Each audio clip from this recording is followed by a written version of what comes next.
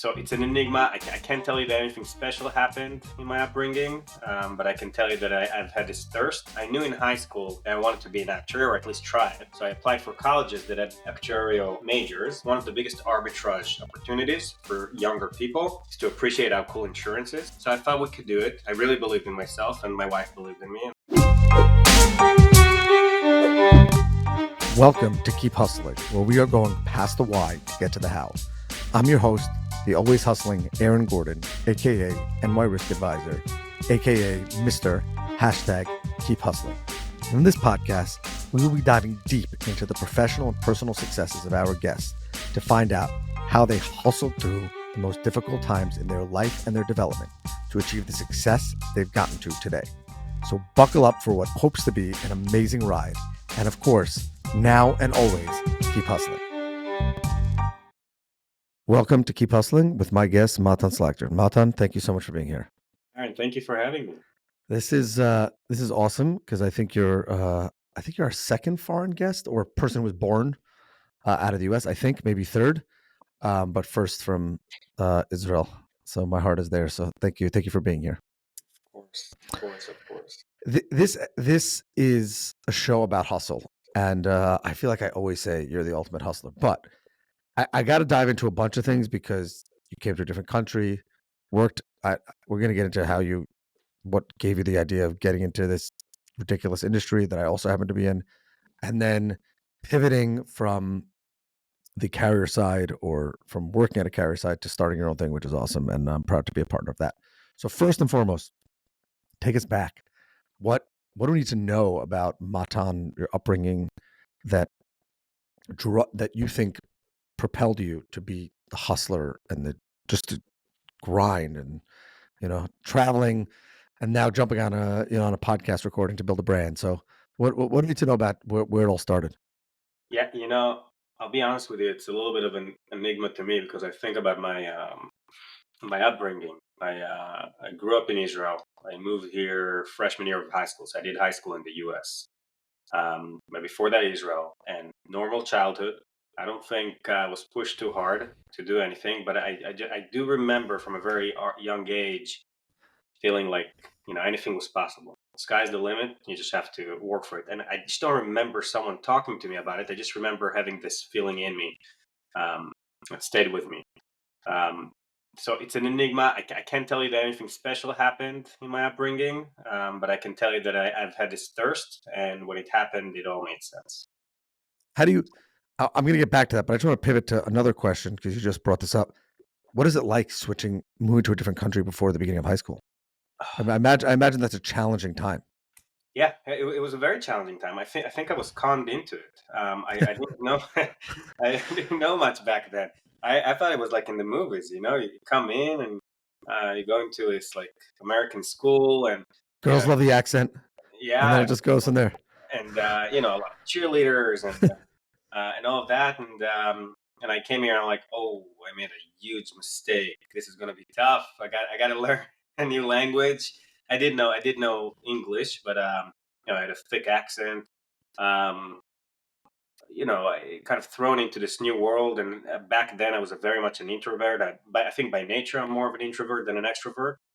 That changed over the years. My wife is an extrovert, so I've been with her for almost 20 years. So that changed me. But back then I was very shy. It was very difficult. But I made a few close friends in the beginning. That was probably the most important thing. And um, did okay at school. Not so well. I didn't come in prepped and understanding what you need to do to get to a good college and all of that. It took a little bit of time, but I had a foundation in math, and that was good. It was a lot of fun. I look fondly on my high school years. But what is that transition like? Meaning, you come in the first day of freshman year. You're from a foreign country. Yeah, Yes, okay, you spoke the language, but I imagine you probably weren't super comfortable with that being the only language that now you're going to be speaking the yeah. first 6 hours when you're dropped in school. So, what is that? And then how do you said you look fondly on it? I think that means that you had to evolve that over time, right? And learn to adapt and enjoy it. So So we that moved has to be. totally. We moved the first like week of summer vacation. So I had an entire summer in New Jersey without friends, without knowing anybody before even the first day of school. And I remember I was watching a lot of TV, um, and there was no subtitles in Hebrew. So that was kind of that helped. And I remember one day my mom, because my mom worked for a bank in New York, she got the job for us moving in. It was the Israeli bank. And she came back in the bus. She's like, "Oh, I ran into this lady, and she has a younger brother your age." And she introduced me to this guy, Asaf. He was also Israeli, but American Israeli, born and raised here. And we became friends over the summer. And he introduced me to this guy Pavel. So those were my first two friends. They didn't stay my friends because once I got into high school, we just kind of drifted away, and I got into a group of. I was a pretty nerdy guy. I got into this group of Russians. It was a lot of fun. It was really a lot of fun. Um, um, but that's how it started. And it was difficult. And I remember, it's funny. I remember the first time I looked at numbers, and all of a sudden I read numbers in English. It took like 2.5 years. It's when I was driving from getting my permit and staying at the speed limit. And all of a sudden I didn't see it. I didn't read the numbers in Hebrew. I read them in English, and I realized, all right, I guess I'm here long enough. Now I'm starting to think in English. So that was interesting. That was interesting. That's and so, but you fell into it, and then you ended up liking high school, which I think is important, and then you ended up working at an insurance company. I think right out of college. Is that correct? As an actuary. Did I Yeah, make that up? so I always had this thing, and already in high school, I knew that I wanted to um, study to be an actuary because my father um, was really, he knew I was good at math. He was giving me all this magazine that says top 10 jobs in the US. Actually, look, it's always top 10. They're so happy. Um, so I went, so Little when I, did you know, they're not so happy. Good job, but not so happy. But anyway, actually, as a matter of fact, I think actuaries are pretty happy. I think they're very narrow, and they if you do just the actuarial thing, it's not a stressful job. If you're the chief actuary for a company, that's one thing. Or if you're the chief reserving actuary, that's one thing. But if you're in the front, down, making creating models, you could be pretty passionate about it. It was true. I didn't have the character to stay doing that, so I kind of evolved from there. But I knew in high school that I wanted to be an actuary, or at least try it. So I applied for colleges that had actuarial majors, math with an actuarial kind of specialty. Um, and I was I took my first actuarial exam already senior year of high school, I think. Um, so and I yes, right. I had a few internships within insurance company. Actually, a consultant Mercer was my big internship. And then my first job out of college was a reinsurance company, Score, pricing. I was a pricing actuary for life insurance. So I would price blocks of thousands of life insurance business that we would reinsure from direct writers. It was pretty interesting. It's pretty interesting. I I I have a bunch of things to say about this, but the first is I find it amazing how what interests one person can totally not interest another person. Like you clearly like when you talk about being an actuary or studying it, it's like yeah, you're passionate about it, and it was fun. And I've never heard someone talk about numbers in a fun way, and the smile and the joy. It's just funny how for a lot of people they'd be like actuary, that sounds boring, or I feel like I have Well, a life experience that does it. But I feel like that's also part of the hustle is developing. And I've said I think on every single episode that it's about developing your hustle and what works for you in whatever way that could be. And that could be, totally. well, get into starting a company, which probably was a big leap and probably a totally different vibe and hustle. But, being a high school kid whose father told him that this is a good job to then finding your passion there. My father, at some point in Israel, was an insurance agent before I was born, so I knew he had background in it. So he knew about the actuarial thing for a long time, and he kind of pushed me in that direction, which ended very well for me. Um, I did the actuarial thing for like 2 years out of college, and I finished all the exams. I went through all of it, but when I joined the AIG after Score, after 2 years at Score. I did everything besides being an actuary. Everything, yeah, in operations and underwriting and portfolio management, and then chief of staff to one of the CEOs. So really, kind of more of a generalist roles, more into business. Not saying that actuaries are not in the business. So it was not in my DNA to stay an actuary. But I will say this: I think one of the biggest arbitrage opportunities for younger people is to appreciate how cool insurance is. Not actuarial science, insurance. I think it's one of the coolest industries.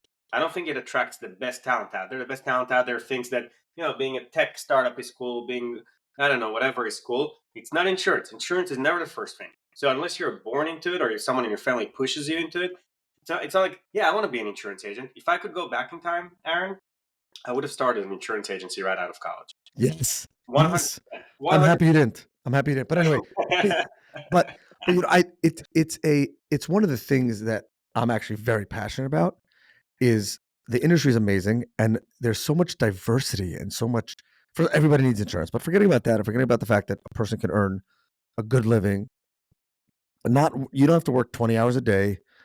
You don't have to be that smart. Yeah, I think you have to be smart. I don't think you have to be that smart. You don't have, to do act. We leave the smarts to the actuaries.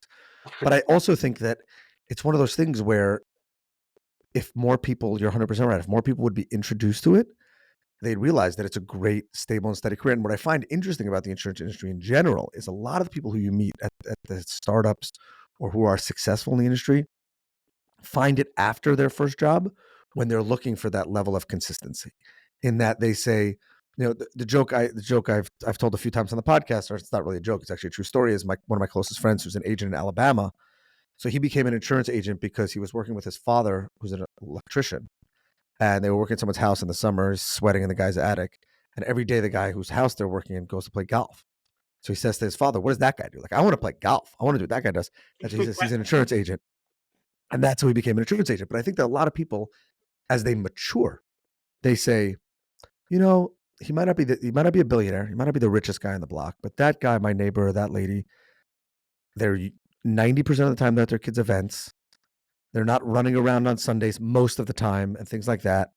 They earn a decent living. I can see that they're relatively comfortable, and you have to hustle. But I think it's a great career choice. So I'm glad that It's at least you've come around to it. 100%. I think that the trap is that it's not a new industry. It's not a sexy industry. It's nothing. And people like new. If they realized how cool, you think insurance, like insurance, I don't know, who cares about insurance? But you think like risk, the idea of like dealing with risk and in different industry. You want it to be complex, go into some complex commercial risk, some cool stuff, go niche. You want it to be, mainstream, go personal lines, whatever. You get great retention. People don't realize that it's recurring and recurring and recurring. It's like unreal to me how much of an arbitrage there is for smart people who want to get into that industry. Well, we're gonna clip that for sure because we're gonna use that as insurance marketing. And then you go from being, I think, more on the operations side of AIG, right, to deciding that you want to start a company. How does that happen? And what Yeah, was the aha moment for you in that maybe my hustle's a little bit different? Not that that was necessarily bad, but that maybe my path, in the future is a little bit different, and this is the road I want to take. I'll just say this going back. I always had ideas for businesses. And as a matter of fact, in high school, I had a little candy business. I was selling candy to so many people. We had people selling candy for us, and I sold other things. Doesn't matter what, but I always did things. Um, and I think it was always in me. Like I said before, the idea that I want to start something on my own. Now, at one point at AIG, I had a pretty good career there. I worked hard. Um, After I was a chief of staff to the CEO, I got a role, head of market disruption for all of AIG's essentially consumer lines of business, which included personal lines, which I think they sold that recently in the US, um, included accident and health, travel, warranty. And in that role, this was at the inception of InsurTech, when it became really popular to become an InsurTech company. We just started Lemonade and Hippo and Root and all these companies. And I met them. I met them when they were young, and some super smart people doing really cool things, starting new businesses. And it kind of lit me up. And every day I would come back home, talk to my wife, and I had so many ideas. They weren't Armadillo. They weren't the current conception of what Armadillo is today. There were different ideas, different businesses. One was in life insurance. One was in like anti-bullying for kids, which is a cause something I really believe in, and maybe we'll do in the future. Different ideas, um, and she heard me bicker for like 5 years, and then COVID hit. And we agreed that, and not only did COVID hit, a few things lined up. I met a co-founder. I met people who were willing to put money into me. They believed in me more than the idea. They said, "We're going to invest in you, Matan. We just need to decide what to do." So I sort of like slowly things were lining up. Talked to my wife. I said it's going to be a little bit of a risk. We have two kids. By then we already had two kids and a home and a mortgage. Um, and we made the jump. It was a family decision, and we made the jump. And Armadillo is my first true startup. Even though like I've started things within Edge, I've always been successful with that stuff. It's just never my own, you know. And with everything lining up, made the jump and started Armadillo. And I think I was lit up because of InsurTech. Really, it was in me, and then the InsurTech thing kind of got me thinking that we can start a business and do it better for the more responsibly than some startups that come from the outside. Because I am an actor and I am an insider, and I understand how important it is to have a healthy loss ratio and build a profitable, disciplined business. Yeah, but using technology to make that to accelerate the growth of that business. So I thought we could do it. I really believed in myself, and my wife believed in me, and then my partner, our chairman, believed in me, and kind of jumped, and here we are. Isn't it amazing how you were working in disruption and that disruption stimulated in you disruption personally and professionally? It's so true. Isn't it Uh, funny? How like it's and I think by the way that so many people would get scared off by the word disruption. I think it's by the way admirable that AIG, such a large and established company, would even have a position like yours to say, let's find out what's out there and what's shaking up the market, and we want to be a part of it, or we want to at least know about it. But I just think that so many people would limit their hustle or would limit their dreams by saying I'm at a very stable company in a very stable position at a very unstable point in my life financially, as you're saying, with little kids. I have 5 little kids, so I feel it. And yet that that bug was just like, I got to be a disruptor. I got to. And it's amazing how a lot of people would not take the leap and would not do it. So Yeah, it's really uncomfortable, and sort of once you take the leap, there's almost like there is looking back, but there's no looking back, and you're in a new stream, and that stream is going to take you somewhere different. And I'll tell you the big thing that pushed me at the end, in addition to my wife's support, was thinking that in 30 years, because it's always in my mind to start something, and I never did it. I never did.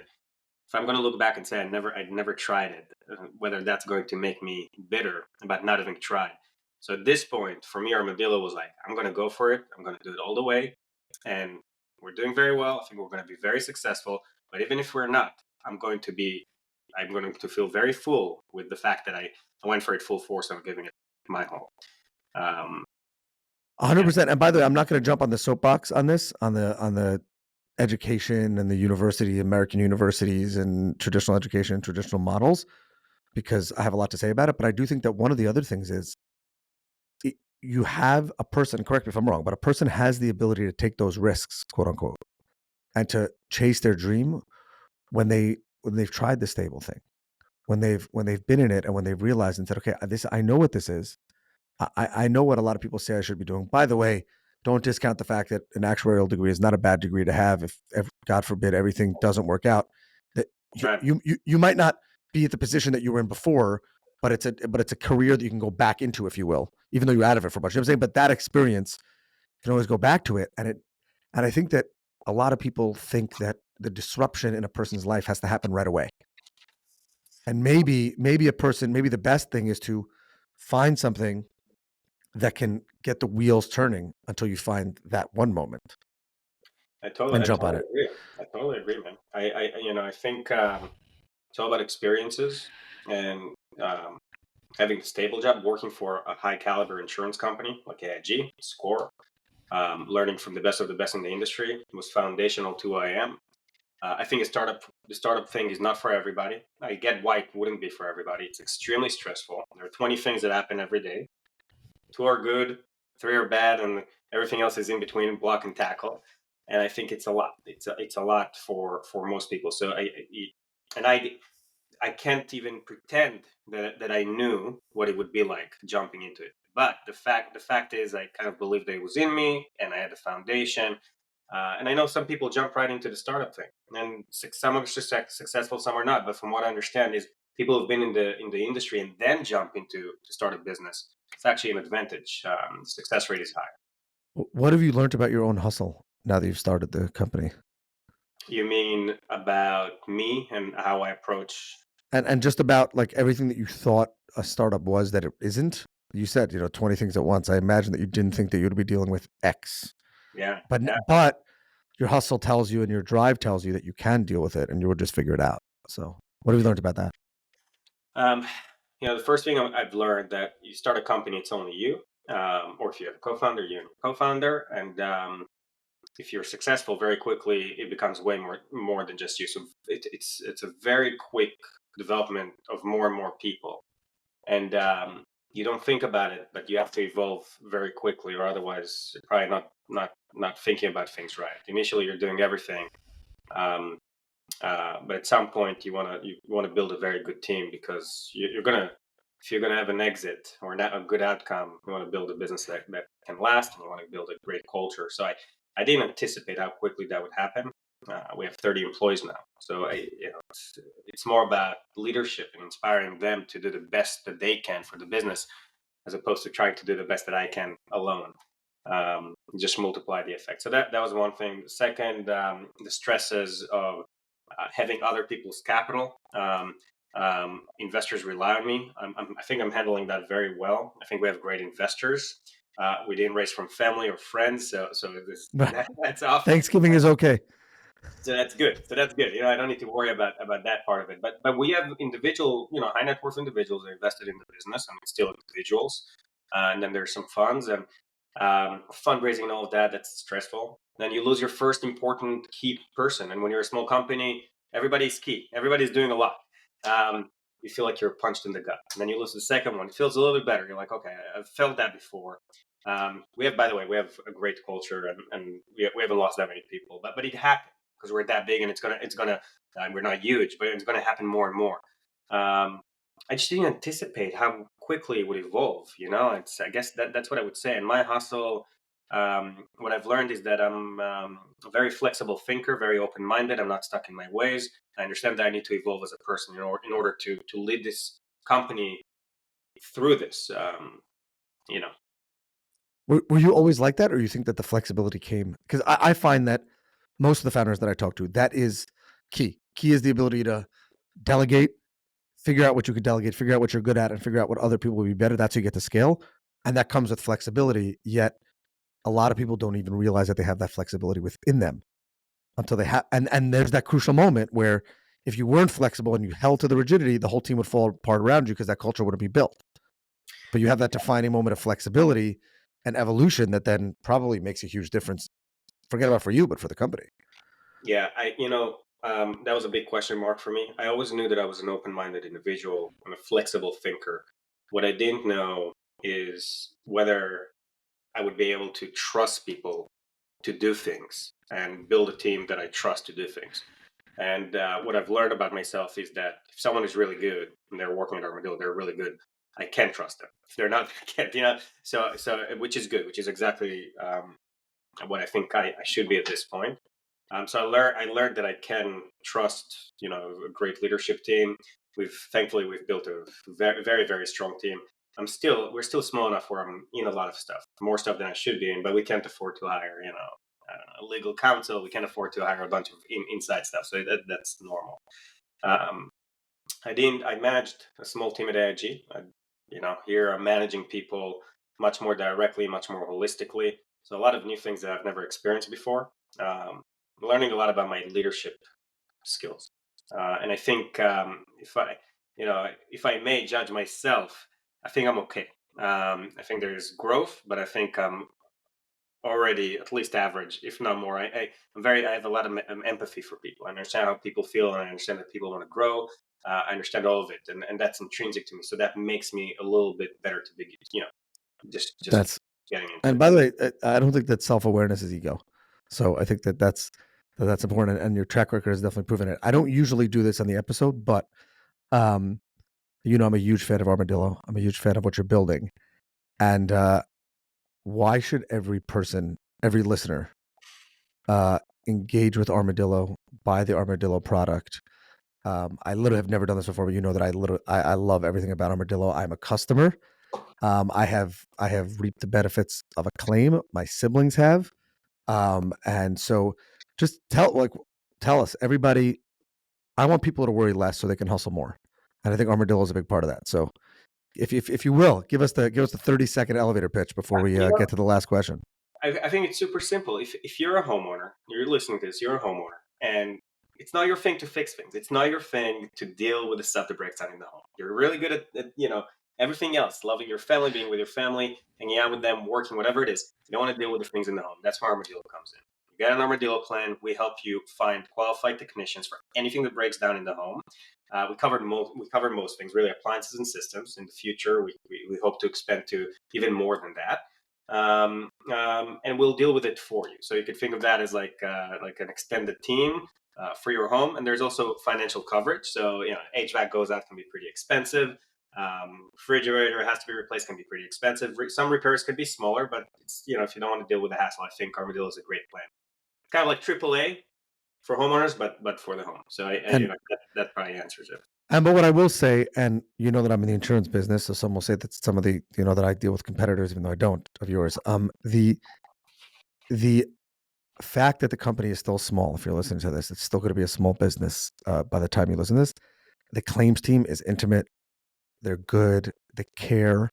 And when these kind of things break down in your home, it's a stressful situation. And it's more frustrating than stressful. Obviously, someone who, God forbid, their house burns down, that's far more severe than anything that Armadillo is covering. But I think that people jump into that and they say, okay, this is a crazy moment and I'm just going to hustle through it. But I think that Armadillo takes care of a lot of the frustrations so that people don't end up angry at their children or spouses or things like that. So thank you for that. Our head of claims lives in Chattanooga, Tennessee. Our claims manager is in Atlanta, Georgia. Every claims rep is here in the U.S. They're a wonderful, wonderful team. So you probably talk to someone who I interact with daily. It's right on there. And the other thing I'd say, a lot of people work from home. We've seen a lot of success there. People who work from home just don't want to deal with that stuff. They want to focus on business. We have employers that offer Armadillo as an employee benefit. That's also an area. If you guys are listening to this, you're in the HR department. All right, enough advertising. That's it. Enough advertising. Yeah. We have but I think it's important. We have a closing tradition on this podcast where we ask our guests to leave us with their favorite motivational and inspirational quote, what it means to them and how it inspires their hustle. So, Matan, the floor is yours, and thanks again for being here. Make yourself obsolete. I met today for lunch one of the best bosses I've ever had. I'm not going to mention his name. I don't know if he would be comfortable with me mentioning his name, but unbelievable individual. And I worked for him about 10 years ago. And he said, make yourself obsolete, Matan. And I think it's one of the best. It just stuck with me. And I told him today that that quote just is him in my mind. And it applies in my world. No ego. If investors don't like Matan, that's great. But if I could build a team that can take this business forward, so much so that Matan is not required, I think we've done our job. Make yourself obsolete. And I think that so many people would say that is not hustling, but I think that that's the greatest definition of hustle, is realizing and defining where your best service and where your customers are best served. And if that's being obsolete, then that's being obsolete. So I love that. And move on to the next. So. Matan, thank you for being here. This has been another episode of Keep Hustling. Remember, do well by doing good, and always keep hustling. All right, hustlers, that brings us to the end of another fantastic episode. Thank you for listening. Be sure to subscribe to our podcast so you never miss an episode. If you have any suggestions, comments, or even just want to say hello, please feel free to reach out to us on all social media platforms. We are Keep Hustling Pod. Until next time, stay curious, stay hungry, and keep hustling.